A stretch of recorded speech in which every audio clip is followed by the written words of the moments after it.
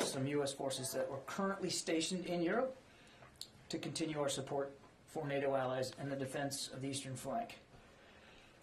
These forces, comprised of aviation element and some ground forces, will move inside the European area of operations to NATO's northeastern and southeastern flanks in the coming days, and we expect them to be in place later this week. They include an infantry battalion task force of approximately 800 personnel that will be moving from Italy to the Baltic region. It's a movement of up to 8 F-35 strike fighters from Germany to several operating locations along the eastern flank. A battalion of attack aviation, specifically 20 AH-64 helicopters from Germany, again to the Baltic region. And an attack aviation task force, which is 12 AH-64 helicopters, will move from Greece to Poland.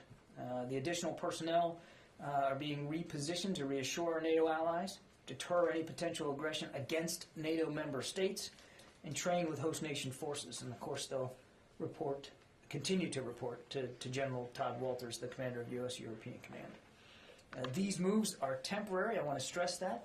They're temporary in nature, and they are part of the more than 90,000 U.S. troops that are already in Europe that are both there on rotational as well as permanent orders. And of course, as you know, the U.S. maintains significant numbers of combat-capable forces in Europe. Relatedly, U.S. Army Europe and Africa will be kicking off exercise Sabre Strike 22 later this month. The exercise will run through March with approximately 13,000 participants from 13 countries. Sabre Strike has been held every 2 years since 2010. This is the next year for it. It is scheduled during the wintertime to help demonstrate the ability to operate in austere conditions. The 5th Corps, Army 5th Corps, will provide command and control for the exercise. And conducting Sabre Strike now, we believe, demonstrates that U.S. forces in Europe can simultaneously support ongoing operations and regularly scheduled training without any degradation in support to our NATO allies and partners. Training events like Sabre Strike are planned well in advance, and this one was, and demonstrate that NATO allies and partners are stronger together, and through training and interoperability exercises get stronger together. Lastly, I think you may have seen that the Secretary did approve a couple of requests for National Guard support here in the capital region. He approved that request yesterday. Those requests came from the D.C. government, their emergency management agency, as well as the U.S. Capitol Police. All told, among the two requests, it's about 700 Guards personnel and about 50 vehicles. They are designed for traffic support in anticipation of potential challenges to traffic here in the D.C. area surrounding some potential protest activity. I want to stress again that it's a relatively small number here, about 700, and they will be supporting traffic support needs. That's their goal. That's their mission. And with that, we'll take questions. Lita. John, the people are talking about a potential invasion by Russia of a large scale being imminent. Can you talk about what the U.S. has seen today that may be different than what it has seen in recent days, why this has become sort of now imminent? Have you seen Russian troops move into Luhansk and Donetsk? Have you seen them move into that Donbass region? And have you seen them move further into Ukraine beyond those two regions? Okay, lot there. On the Donetsk and Luhansk, as you've heard administration officials say before, we do believe that marks the beginning of an invasion. We certainly believe that additional Russian military forces are moving into that region, not beyond that region that we have seen, but we can't confirm with any great specificity the numbers and what the formations are, what the capabilities are, but we certainly believe that that's happening. As for your larger question, Lita, without speaking to specific timing, because only Mr. Putin knows what the timing is here, what I would tell you is that we continue to see him form his capabilities in such a way that leads us to believe that we are potentially close to some sort of action. Again, what that action is going to be and exactly on what timeline, we can't be sure. But But what we see is that Russian forces continue to assemble closer to the border and put themselves in an advanced stage of readiness to act, to conduct military action in Ukraine again at virtually any time now. We believe that they are ready. I'll just leave it at that. They're ready. Jen. John, there are reports of a chemical plant in Crimea that's been evacuated. This is the kind of location that was described to us by Secretary Blinken as a possible staged provocation. Are you seeing reports of any sort of preparations either for an attack on a chemical plant, or what are you seeing? I don't have any specifics on that claim, but it is of a piece of the kinds of ridiculous claims that we have seen the Russians make in recent days of alleged provocations or assaults and attacks unprovoked on their people. So again, no knowledge of this particular one, but again, we've been seeing this over now recent days. These claims of whether they're acts of terror or acts of violence, unprovoked shelling of Russian forces or Russian separatists, all again that is of a piece of the playbook that we have seen the Russians use time and time again. I have no specific knowledge about this particular report, but again, it fits perfectly into the Russian disinformation playbook. Did the U.S. government help protect the Ukrainian government from this denial of service attack, the cyber attack? Did you help them with preparations for how to to get back online quickly after such an attack? So first, I don't think we're in a position to attribute these cyber disruptions that you're talking about. I assume you're talking about the various websites, the government websites that were taken offline. What I would just tell you, broadly speaking, Jen, is that we have provided some cyber resilience training and assistance to the Ukrainians, and I won't go beyond that in terms of these specific attacks. Again, not in a position right now to attribute them to any one entity. I would just say that, again, this is of a piece of a Russian playbook, which is to disrupt in cyberspace. Let's see, anybody else? Janie. Thank you, John. I have two questions on the Ukraine and linkage with Korea. And if Russia uses nuclear weapons to invade Ukraine, what will the U.S. do? Secondly, if Russia were to use nuclear weapons in this invasion, what would be the impact on the Korean Peninsula? Because there is a fear that North Korea will copy this. Any comment? Yeah, I'm going to avoid speculating here and getting into hypotheticals, particularly about the potential use of nuclear weapons, Janie. What we've said all along, two things. One, Mr. Putin has a lot of capability at his disposal right now. As I've said earlier, they are ready to go. And number two, if he decides to conduct a full-scale invasion here, again, bigger than what we've seen in just the last few days, this will be a war of choice. That he'll be doing so with diplomacy and options still left on the table. And it won't be bloodless. There will be suffering, there will be sacrifice. And all of that must and should be laid at his feet, because he's doing this by choice. How he does this, when he does this, we don't know for sure. But if he does this, this will be a war of choice and totally unnecessary. And as for the impact on the region, I couldn't begin to speculate. Nothing's changed, obviously, about our commitment to our South Korean allies, and we noted that the South Koreans also came out publicly yesterday with a statement of support for Ukraine. That was certainly noticed by the whole international community. Yeah, in the back there, Abraham. Yeah, thanks, John. A couple parts to this question. You just described a lot of different forces moving to the eastern flank. Is there any consideration of those forces going under NATO command, and why not? Also, there's the word is temporary is pretty prominent there. Is there a time frame for temporary? And is there any talk yet of the NATO rapid response, those U.S. forces getting activated? Okay.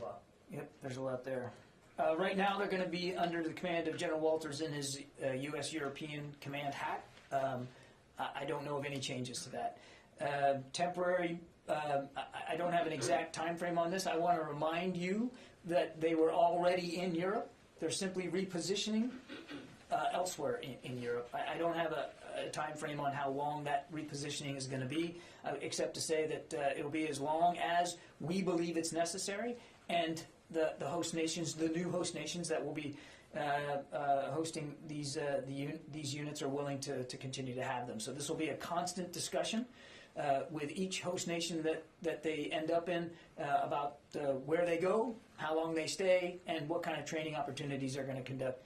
This is really all about reassuring allies and partners and demonstrating that in tangible ways. On your, I lost your third question, dang it. Rapid response force. Oh, that's a better question for NATO, Abraham. That's not a question for the United States. That'll be up to the NAC to decide, North Atlantic Council to decide, not just the United States unilaterally, of course.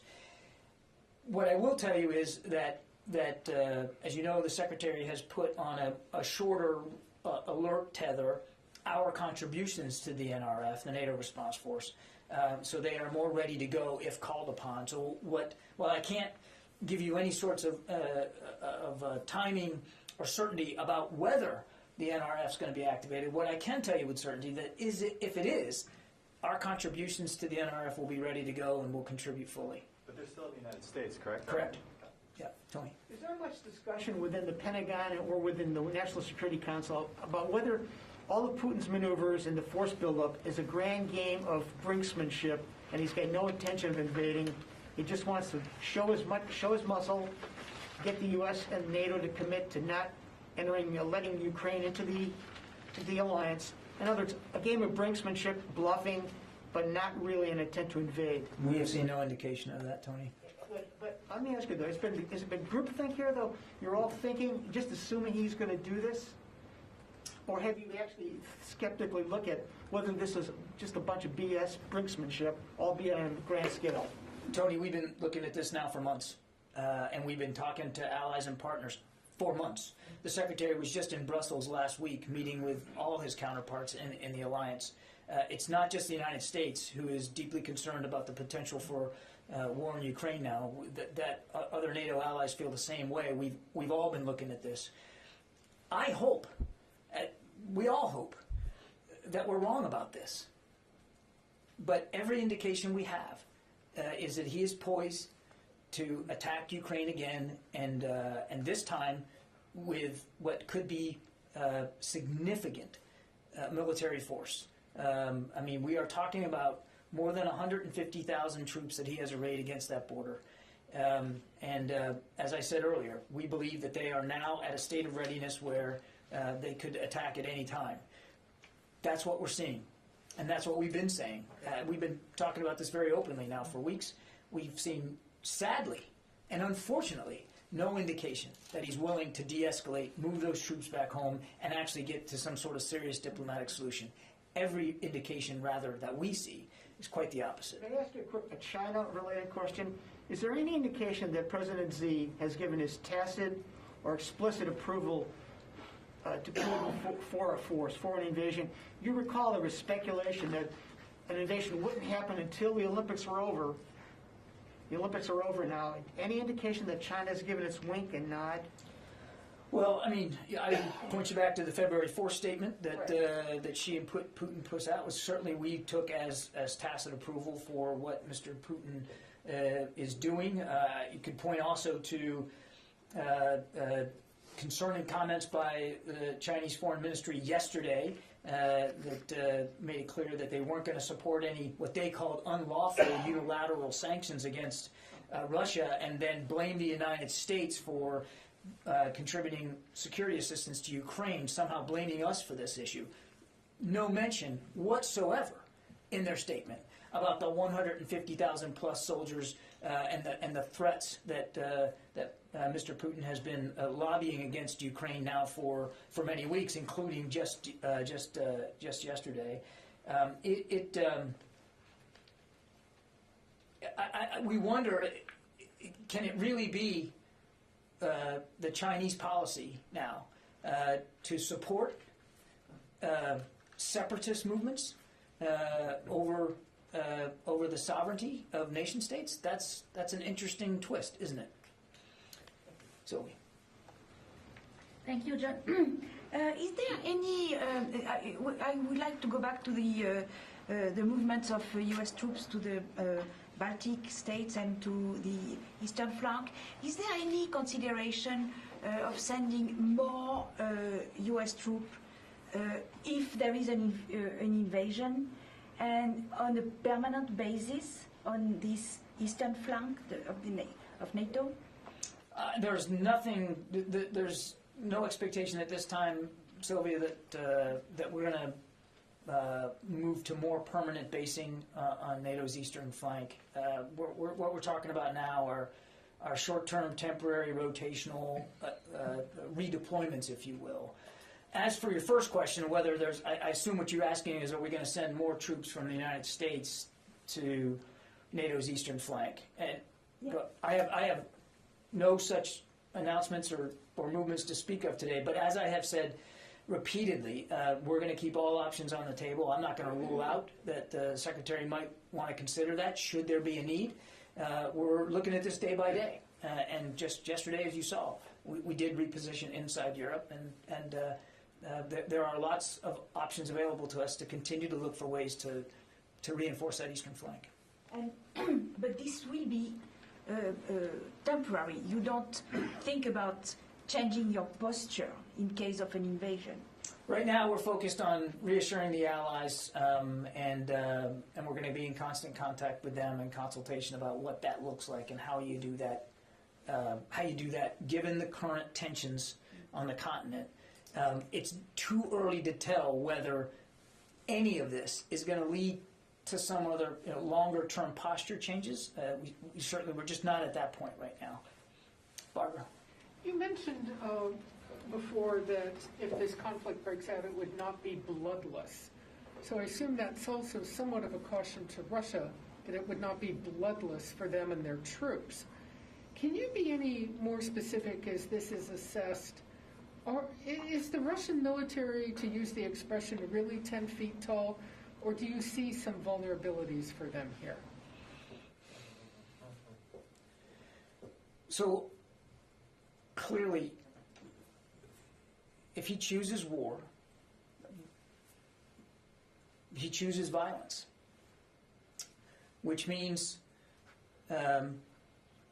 he's deliberately choosing to put lives at danger, soldiers' lives, civilians' lives. And he's going to have to bear the responsibility for that.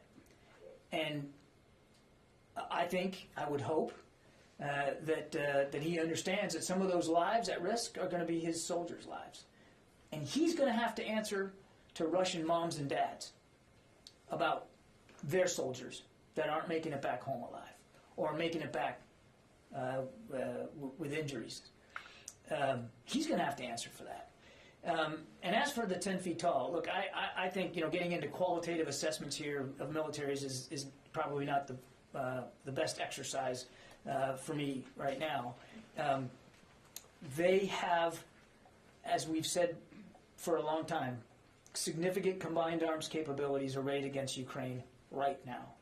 And they are ready to go right now, should that be the way that Mr. Putin wants to go. And we would obviously like to see that not happen. And we would like to see him de-escalate. We would like to see him make a better choice here, which we still think there's time to do, and de-escalate. Move those troops back to garrison. Move them back home. Keep them safe, and not pursue a war of choice totally on what is his whim. As we sit here today, are there still active, functioning channels of U.S. Russian military-to-military communications? Are you able to, the secretary, the chairman, are you able to pick up the phone, and will your counterparts talk to you? Well, I would point to conversations that we've read out in just recent days. The secretary spoke with Minister Shoigu just a few days ago. Chairman Milley. Talking about right now. I know, I'm getting there. Chairman Milley has had many conversations with General Gerasimov, his counterpart, and we have seen no indication that those lines of communication between those two leaders are closed. I don't have any additional phone conversations to talk about today or to announce, but we have seen no indication that there won't be that communication should it be necessary. Court. How about more of like a tactical line of communication? I don't know if deconfliction is the right term to use here because there's not a U.S. military component to this. Like they're not going to theoretically be flying over the same skies. That's right. But what about something that might deconflict tactically on the ground once Russia moves in? It seems that we keep hearing about the U.S. military moving more and more assets into that region. Mm-hmm. Is it appropriate for General Milley to be the one calling General Gerasimov when we're talking about like potentially very quick tactical moves on the ground? I don't think we're at a point right now where that's needed, right? Because there hasn't been a large-scale invasion yet of Ukraine, and hopefully there won't be, Court. So hopefully there won't be any need for that kind of communication. But you get to a really good point, which is the potential, if he decides to go in big in Ukraine, that puts Russian military forces right up against the eastern flank of NATO, his western flank. And that's an eastern flank, by the way, that we're going to continue to reinforce and make more ready. And so you do get into a potential there for miscalculation and miscommunication. We're just not there yet that we can speak to specific deconfliction mechanisms, and hopefully there won't be a need for that.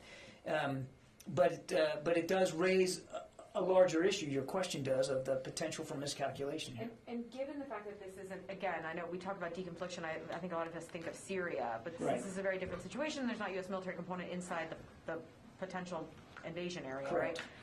Would it be more appropriate for DOD or General Milley or state? Like, what would that mechanism, who would be the one who would be responsible for establishing that mechanism? Yeah, again, we're not at that point right now, Courtney, so it's difficult to answer that question, and I'm not dodging it. It's just we aren't at that point right now. I mean, so I'd rather not speculate about who would be in communications with whom.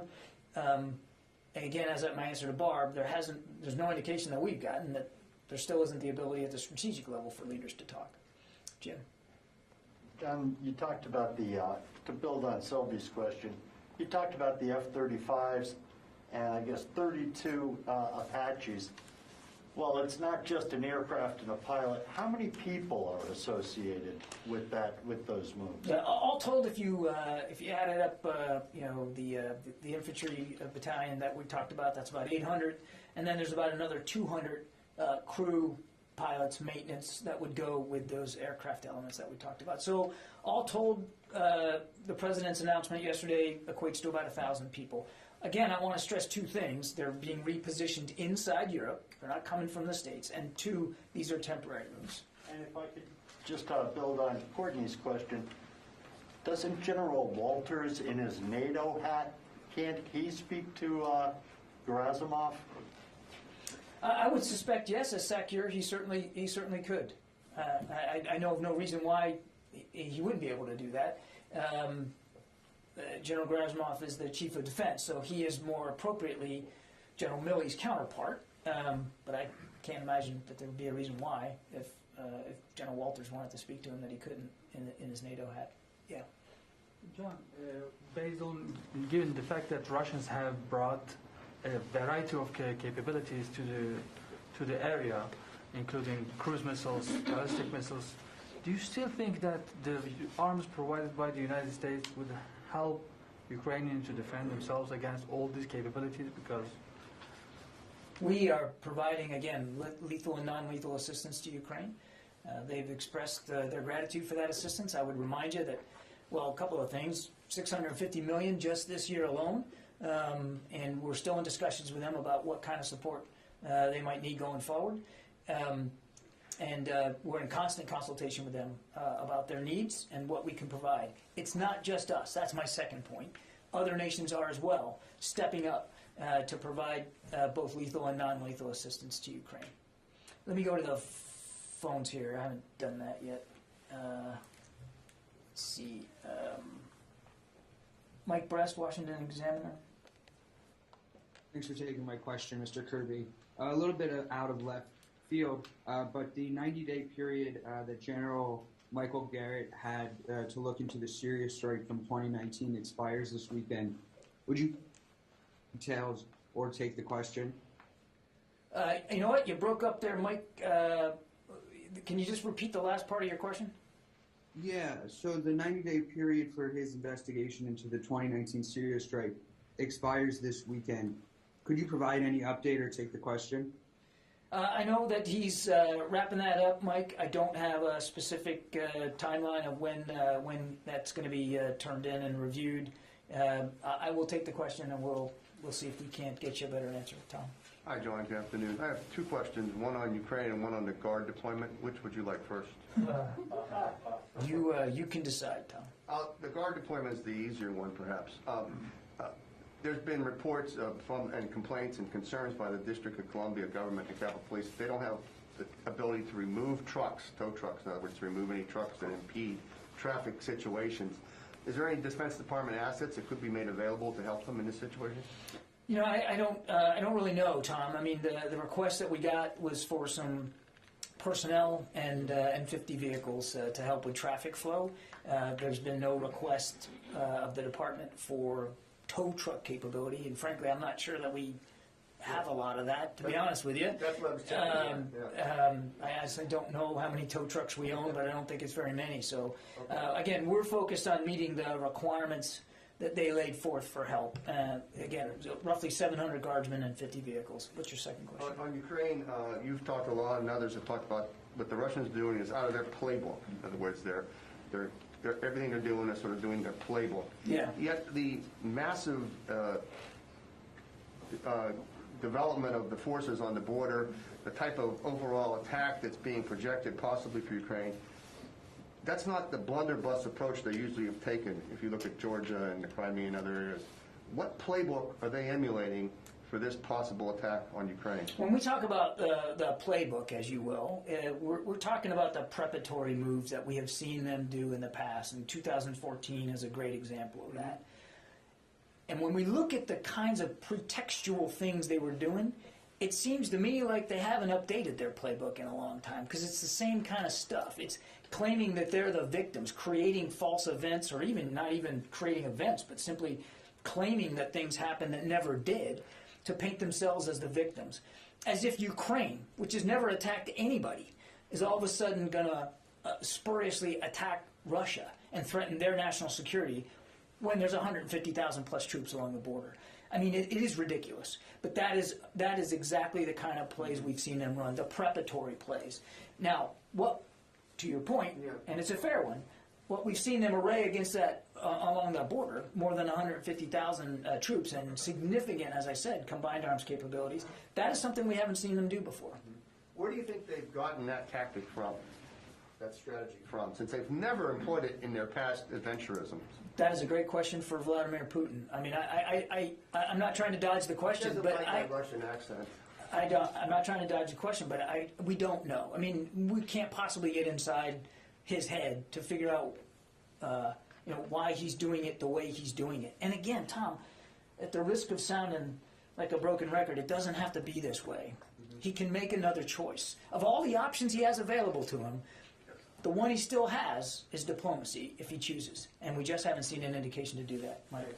Hey, John, two questions. First off, any idea whether or not Russia's also used the Wagner Group mercenaries as part of this invasion force, or is it strictly sort of mainline Russian army troops? I have not seen any indications of that. I can't. Nothing, anything like that. I haven't seen indications of the Wagner Group being used, but again, that's really that might be a level of detail we don't have. Okay. Also, to go back a little bit in history, the Soviet Union conquered Hungary in '56, rolled through Czechoslovakia in '68. The U.S. complained and made a lot of noise, but nothing really happened. How will this turn out different from what's already happened in the past with their former satellite countries? I was a history major at the University of South Florida, but I don't know that I can answer that one. Well, let me just put it this way. What we hope happens is that he de-escalates, and this war of choice doesn't occur. It's difficult if he chooses to go ahead, and again, every indication is that he will. It's the one thing any student of war will tell you is it's unpredictable once it starts. It's the old adage, I think it was Eisenhower, right? No plan survives first contact. It's difficult to know where this will go. What we believe is that it will involve significant casualties and destruction, and that it will only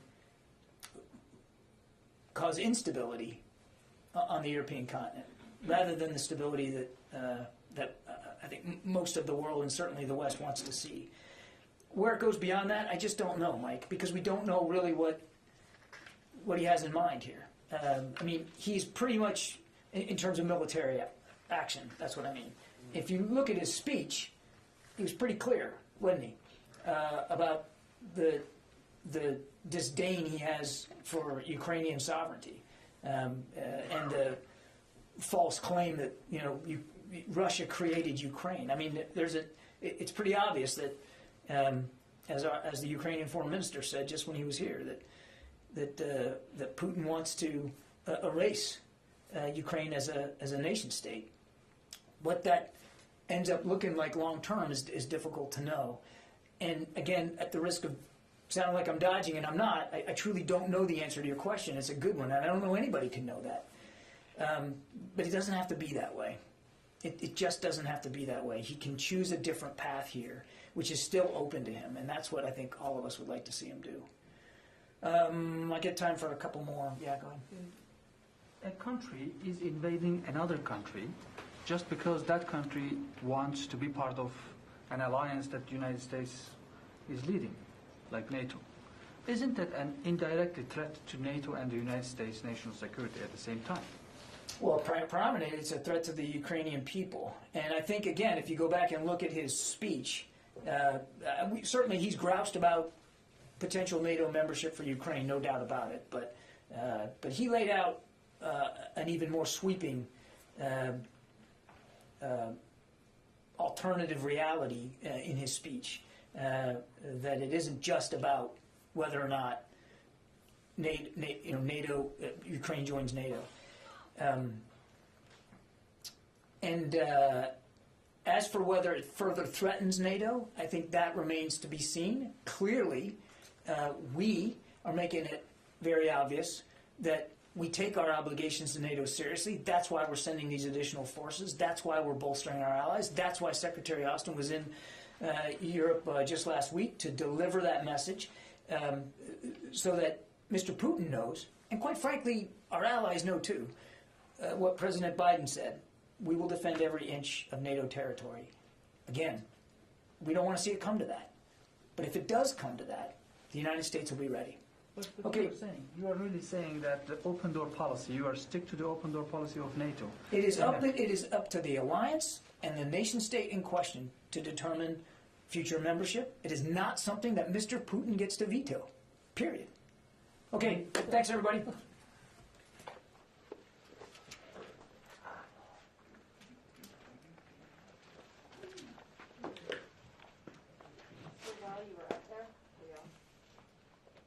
Yeah, we're off. So while you were up there, there was a notice from Interfax that the two leaders of the separatist regions in eastern Ukraine have asked Russian President Putin Audio, yeah.